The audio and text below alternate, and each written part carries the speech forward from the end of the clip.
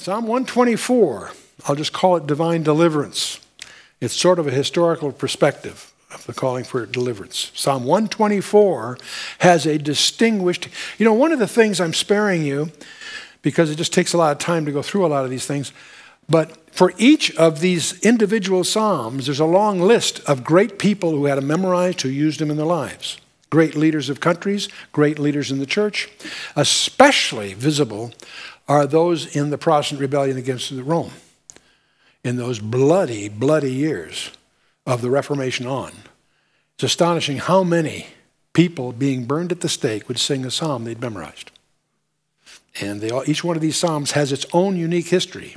Herbert Lockyer's commentary, big thick commentary, primarily deals on the historical relevance of these psalms to many great leaders. And for us to cite those doesn't mean much unless you happen to really know the history of England, the history of France, and so forth. But anyway, Psalm 124 is sung each December 12th in Geneva because they're celebrating a victory. The Duke of Savoy, who was a favorite of Rome, was trying to attack Geneva. They had just regained it, but they were attacking it. But fortunately, they were able to get a warning, and there's a whole colorful background that they did win and maintained their you realize, here's a whole city, a fortress, that protected itself against the attacks of the Roman sympathizers. Because they survived that in 1602, in fact, it's known as the escalade within that culture, 1602. Every December 12th, they sing Psalm 124, celebrating their victory against the enemies of the true Christians. Their enemies being the organized church in those days.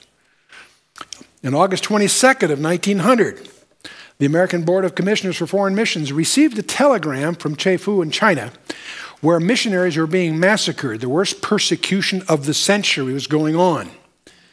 And the cablegram that came through just said Psalm 124 and then a list of those that escaped, these missionaries that had survived. And as the daily paper pointed out, that was better than an encrypted code. People didn't know what it meant. But by those people who knew their Bible, they knew what Psalm 124 meant, and that list of missionaries were those that had victory, that had been supernaturally delivered from the onslaught that they were being exposed to. And this is also often sung at the Feast of Purim as deliverance from Haman. Each one of these is a miraculous deliverance, which is the spirit of the psalm. Okay? Song of Degrees of David. If it had not been the Lord who was on our side, now may Israel say, if it had not been the Lord who was on our side when men rose up against us, and I'll finish in a minute, but you notice the if. I think most of you are familiar with Rudyard Kipling's famous poem, If. If not, I encourage you to look it up and read it.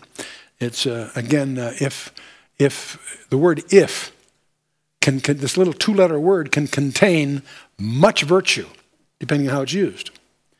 And Shakespeare used this idea frequently in As You Like It. He says, your if is, your if your if is only a peacemaker, there's much virtue in if. Shakespeare himself said that, or he wrote it in. And also in King Richard III, he says, talkest thou to me of ifs? Thou art a traitor, off with his head. See, the word if can be it's a Y in the road. And that Y in the road can go either way. So the word if is a very, very powerful decision point. And so, if it had not been the Lord who was on our side, now may Israel say, if it had not been the Lord who was on our side when men rose up against us, we have three thens. Then they had swallowed us up a quick when their wrath was kindled against us.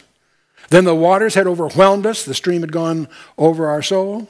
Then the proud waters had gone over our soul. That echoes that again.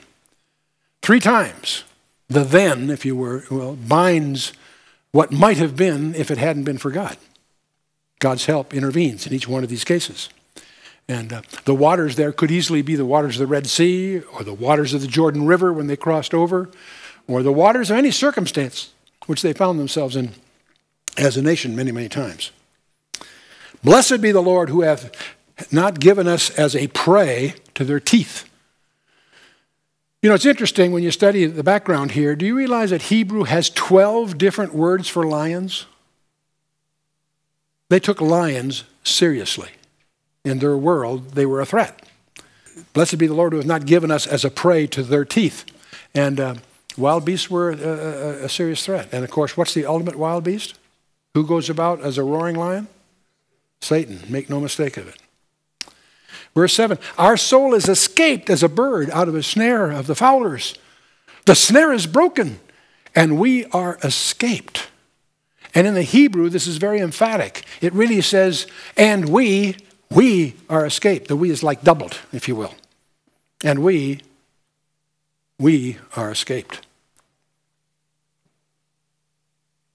And it's quite remarkable. There's at least a dozen references where great people in the past have quoted from Psalm 124, verse 7, when they've been somehow released from a serious threat of some kind. Our help is in the name of the Lord who made heaven and earth. Notice the creator reference here. Our help is in the name of the Lord. Who? Which one? The one who made heaven and earth.